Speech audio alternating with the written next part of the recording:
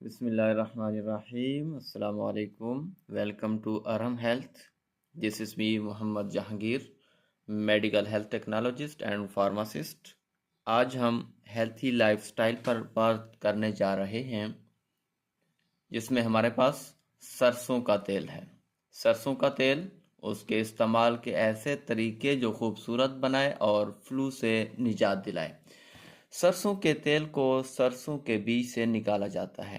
पीले रंग का यह तेल तेज बू और तुर्श जायके के साथ आमतौर पर फ्राइंग के लिए पाकिस्तान समेत इंडिया और बांग्लादेश में भी इस्तेमाल किया जाता है, जबकि अमेरिका, यूरोप और कनाडा में इस तेल को कुकिंग ऑयल के तौर पर इस्तेमाल पर सख्ती से पाबंदी है।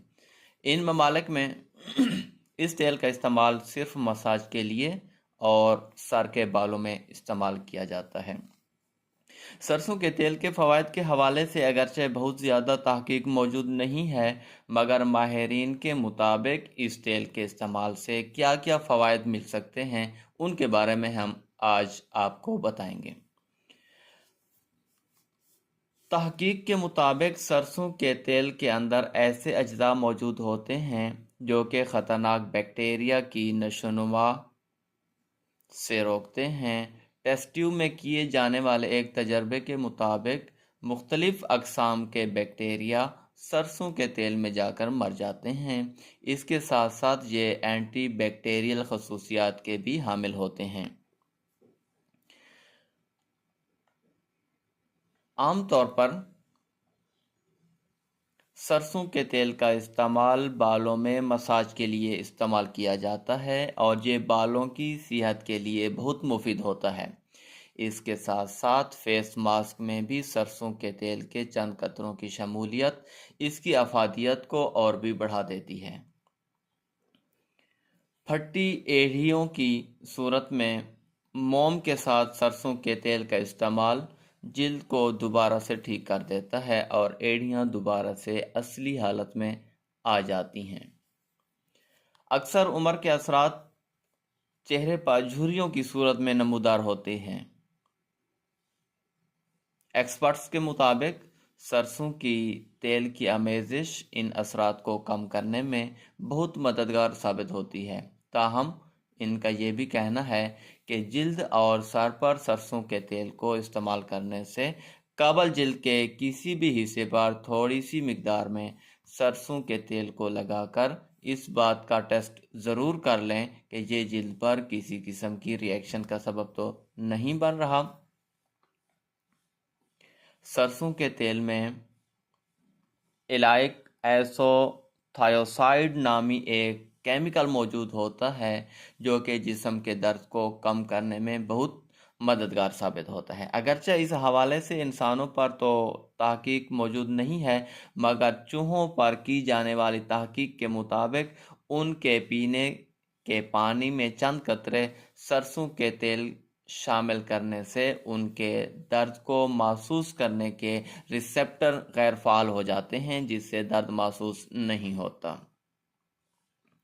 इसके साथ साथ सरसों के तेल में अल्फा लियोनेलिक एसिड पाया जाता है जो कि एक किस्म का ओमेगा 3 फैटी एसिड होता है।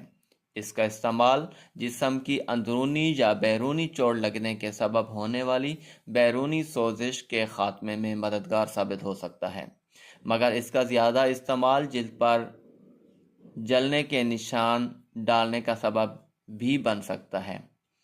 माहिरीन की तहकीक के मुताबिक सरसों के तेल का इस्तेमाल कुछ ख़ास किस्म के कैंसर ज़दा खलियात की नमू को रोकने का सबब बन सकते हैं।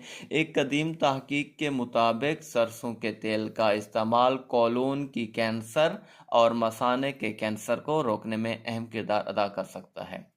इसके अंदर ऐसे अज्जा मौजूद होते हैं जो कैंसर ज़दा खलियात की नशोनुमा को सुस्त कर देता है, जिसकी वजह से कैंसर तेज़ी से बढ़ नहीं पाता। सरसों के तेल के अंदर गैर हल पजीर फैटी एसिड्स मौजूद होता है जो खुश्क मेवाजात बीजों में मौजूद होते हैं। इनकी मौजूदगी खून में ख़तरनाक कोलेस्ट्रॉल की शरह को कम करके ब्लड प्रेशर को कंट्रोल करता है। اور ڈائبٹیز کے مریضوں کے شوگر لیول کو بھی کنٹرول کرتا ہے۔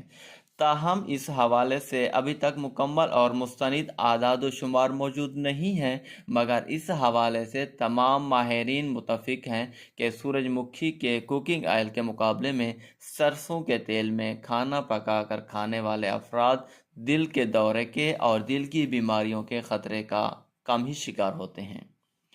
سرسوں کا تیل نزلہ، زکام، کھانسی اور سینے کے جکڑن کے لیے ایک بہترین نسخہ ہے۔